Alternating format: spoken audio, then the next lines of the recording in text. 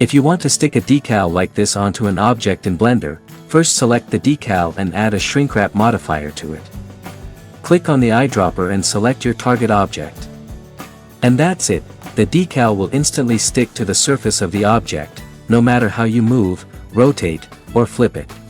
This is an incredibly fast and simple way to apply decals to anything you want, such as dirt stains on walls, product logos, or even tattoos. For curved surfaces like this, you first need to make sure your decal has been subdivided into many small faces before using Shrinkwrap.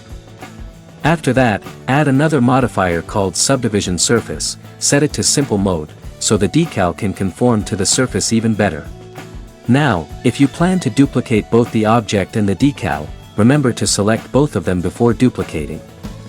However, if you move the object to a different location, the decal may not follow the object the way you expect. But don't worry, there's always a solution.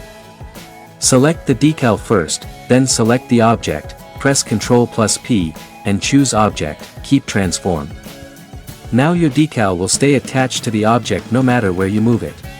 One extra tip, you can disable the selection property of the decal so you don't accidentally select it anymore. There's also a very interesting setting called Offset.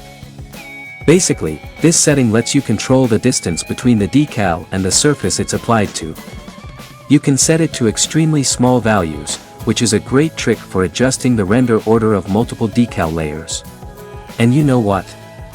This is actually exactly how game developers optimize performance. They use tons of decal textures and project them onto objects in their games. And as long as players don't notice it, it still looks great, and that's all that matters, right?